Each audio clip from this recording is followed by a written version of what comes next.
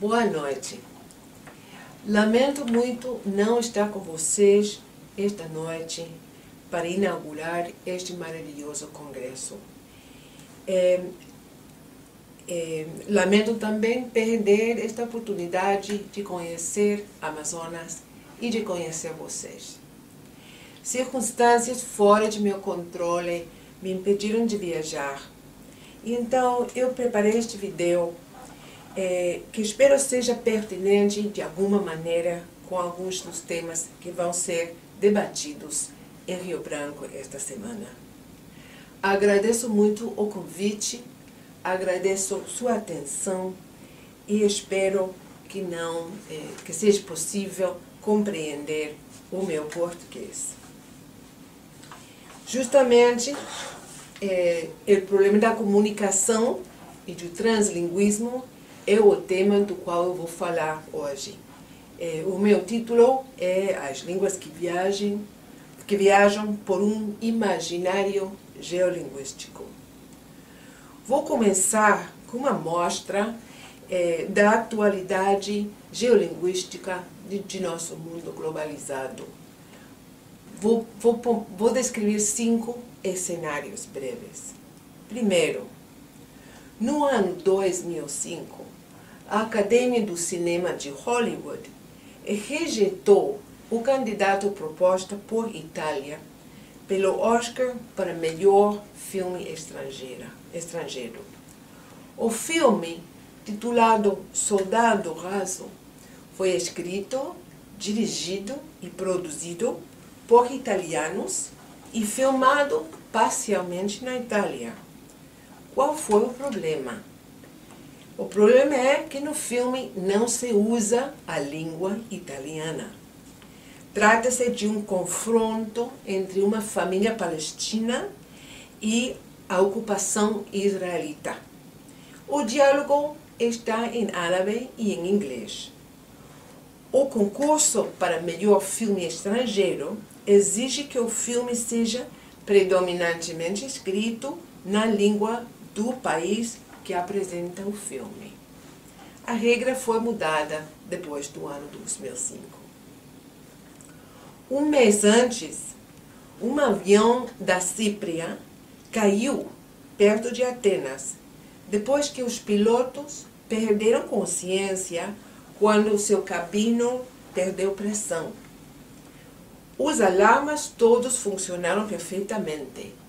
O que aconteceu foi que, quando soavam os alarmes, o capitão e o copiloto descobriram que o seu inglês não era suficiente para levar a conversa técnica complicada que era preciso para consertar o problema. Não se entendiam e caiu o avião. Mais ou menos na mesma época, um passageiro foi retirado de um voo em Seattle porque falava a língua Tamil no seu celular na sala de embarque, provocando o medo de todo mundo. Terceiro cenário. No ano 2007, o governo de Chile aprovou uma lei exigindo acesso ao inglês para todos os alunos das escolas chilenas. No mesmo tempo, o governo de Malásia determinou que os professores de ciência deviam deixar de ensinar as ciências em inglês para trocar a língua malaio. E o governo indonésio introduziu uma legislação para proibir a terminologia estrangeira na língua nacional Bahasa Indonésia. Nenhuma dessas determinações será posta em prática. É impossível. Quarto cenário. No Brasil, o presidente Lula, uns anos atrás, reduziu os requerimentos de inglês para candidatos à escola de diplomacia no Brasil, com a ideia de ampliar a gama de pessoas que poderiam ter acesso à carreira diplomática. No mesmo tempo, o sociólogo brasileiro Renato Ortiz concluiu, depois de um estudo empírico muito amplo, que o uso expandido do inglês nas ciências sociais constituía uma mudança mundial na forma da vida intelectual. Quinto e final. Em Bolívia, o grupo Ucamau Ique apareceu no ano 2007, fazendo por primeira vez hip hop numa mistura de espanhol, aimara e português. Então, quais são as dimensões linguísticas deste conglomerado de realinhamentos sociais, econômicos, políticos, imaginários, que nós chamamos globalização? Se você lê qualquer das dozenas de antologias sobre a globalização, não vai encontrar nenhum que tenha um capítulo sobre língua, nenhum onde apareça a língua no sumário, nem sequer no índice. A língua não tem sido uma categoria de análise no estudo da globalização. E ainda assim, a língua, os processos globais são determinados a cada ato, a cada momento, a cada passo, pelo fator linguístico. As línguas canalizam a migração, o comércio, a comunicação.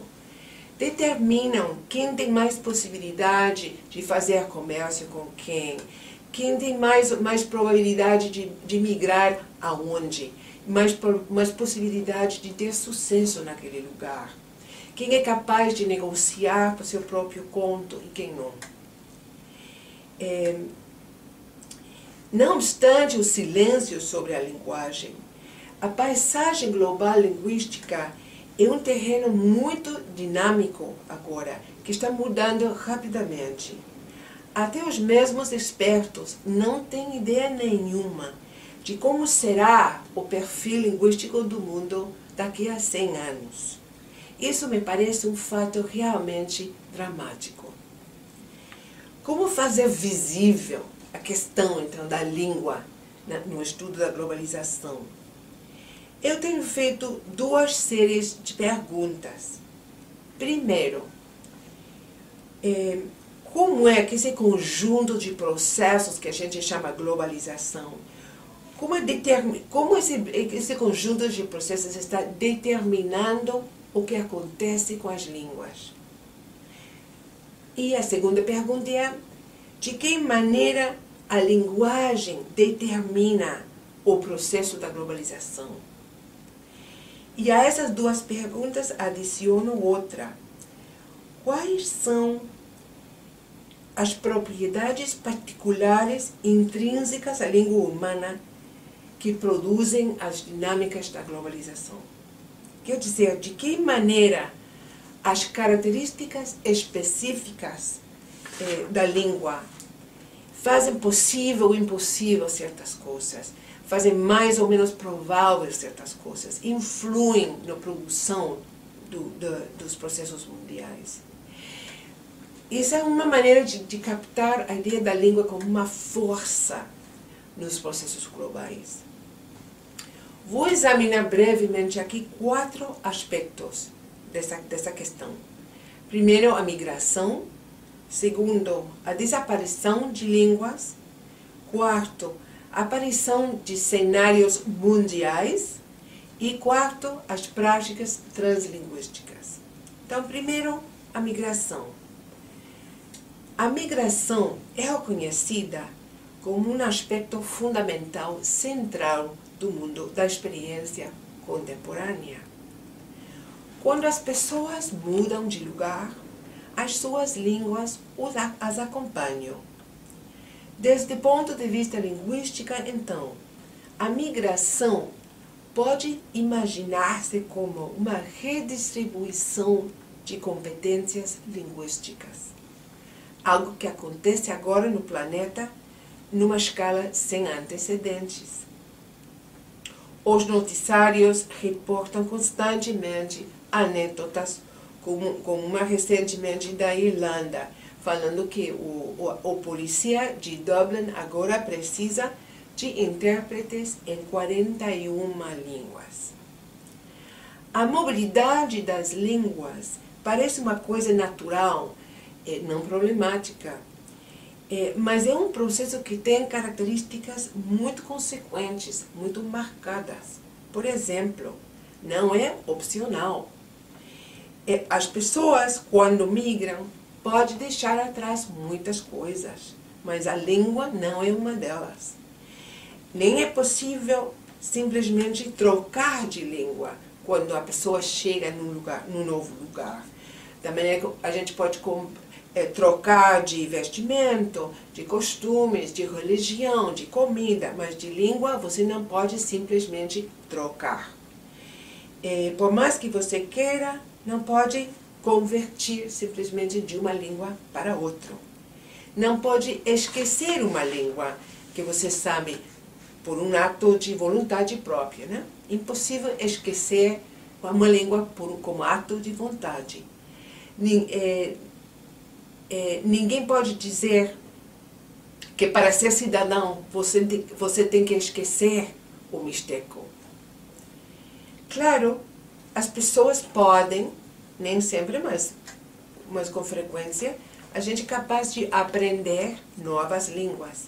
E essa é a outra grande redistribuição de competências que a migração proporciona. O sentido comum considera esse processo de aprendizagem também como uma coisa natural, como algo espontânea. Pensamos, a gente adquire as ferramentas linguísticas que precisa para fazer as coisas que a gente quer fazer. Mas essa abordagem pragmática é seriamente equivocada. A aquisição da competência linguística é um processo difícil e bem limitado. Quer dizer que a aprendizagem de linguística, ainda da primeira língua, requer 5 coisas em abundância. As 5 coisas são tempo, esforço, motivação, estímulo e oportunidades de uso. Para o alfabetismo, tem um sexto requerimento, não? A instrução. A distribuição das competências linguísticas entre as pessoas no mundo é determinado pelo grau no qual as pessoas têm ou não acesso a esses 5 elementos essenciais, independentemente das leis, dos direitos ou das expectativas que estejam em jogo. E esses 5 elementos são distribuíveis, quer dizer que eles podem ser administrados e regulados, controlados de maneira programática. Isso é outro fato muito dramático. Concretamente, os estados, as comunidades, as famílias, as instituições podem estimular, impor, dificultar, facilitar, impedir a aquisição de competências linguísticas e as formas de identidade que as acompanham. Isso ocorre com muita frequência. Essas entidades, famílias, estados, comunidades, instituições, com muita frequência mantêm lutas ferozes sobre a linguagem. As consequências dessas lutas recaem principalmente sobre as crianças, sobretudo em situações de imigração. Nesse sentido, a aquisição de língua é tudo menos espontâneo e natural. Enquanto cresce a mobilidade humana, as relações, o controle de acesso a competências linguísticas particulares mantém as relações de hierarquias, de exploração de muitos tipos. nos mercados de trabalho internacionais, por exemplo, a possibilidade de competir, de subir no mercado de labor, depende criticamente nas línguas que você sabe e nos registros ou níveis em que você as sabe. A sua mobilidade econômica é determinada, então, pelo acesso à aprendizagem linguística, a esses 5 elementos. Em todo o planeta, o controle linguístico, por exemplo, exigir capacidades linguísticas sem oferecer a infraestrutura para adquiri-las, mantém as pessoas em seu devido lugar, estabelecendo classes subalternas permanentes e renováveis. Para compreender a expansão mundial do inglês, por exemplo, é preciso perguntar quem tem e quem não tem acesso ao inglês. A distribuição de competências linguísticas muitas vezes é marcada pelo gênero. O monolinguismo, com frequência, mantém as mulheres dentro do contrato sexual e fora do mercado de trabalho. Ao mesmo tempo, a mobilidade e a imaterialidade da língua a torna ingovernável. As línguas podem ser apropriadas, divulgadas, downloadadas, praticadas sem permisso. As línguas não têm dono, não podem, pelo menos até agora, ser patenteadas. O TV por satélite, ou e-mail, ou internet, o telefone por internet, estão transformando a experiência da migração e alterando completamente a relação entre a migração e o lugar de origem. As línguas adquirem novas funções em novos lugares, às vezes precisamente porque sua distribuição é limitada. Por exemplo, na Califórnia, quando o cartel de Yucatán, no México, controlava o tráfico de droga na Califórnia Central, os traficantes adotaram a língua maia de Yucatán como sua língua franca. Por um lado, a língua era inacessível à polícia, e por outro lado, o uso da língua maia estabelecia relações de confiança e de compromisso entre eles. Essa mobilidade e imaterialidade da linguagem significa também que as políticas linguísticas praticamente nunca correspondem realmente ao comportamento concreto das pessoas. Significa que as línguas imperiais, como o português, espanhol e inglês, em algum momento deixam de pertencer aos poderes imperiais. O português já não pertence a Portugal. Passo agora ao segundo ponto. A perda de línguas, a desaparição das línguas. Um dos fatos mais dramáticos da paisagem linguística atual é justamente que as línguas estão desaparecendo a um passo assombrosamente acelerado. Acredita-se que cerca de 6.000 línguas existem no mundo hoje, no mundo atual. E acredita-se que estão desaparecendo no passo de uma cada 2 semanas. Uma cada 2 semanas. Até as estimativas mais moderadas pronosticam que a metade daquelas línguas terá desaparecido até o final deste século. Esses processos tão rápidos têm mobilizado o ramo da ecologia linguística, cujos praticantes estão tentando compreender esse fenômeno e responder a ele. Será que a extinção de línguas seja parecida à extinção das espécies ou não? São coisas diferentes. Um ponto fascinante é que a diversidade linguística e a diversidade das espécies, a diversidade biológica, estão concentradas nos mesmos lugares, nas mesmas partes do mundo, em Indonésia, Nova Guiné e em Amazônia. Como a extinção das espécies, a perda de línguas sempre ocorreu.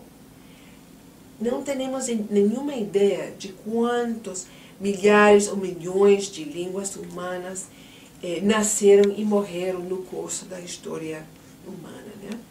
Não sabemos.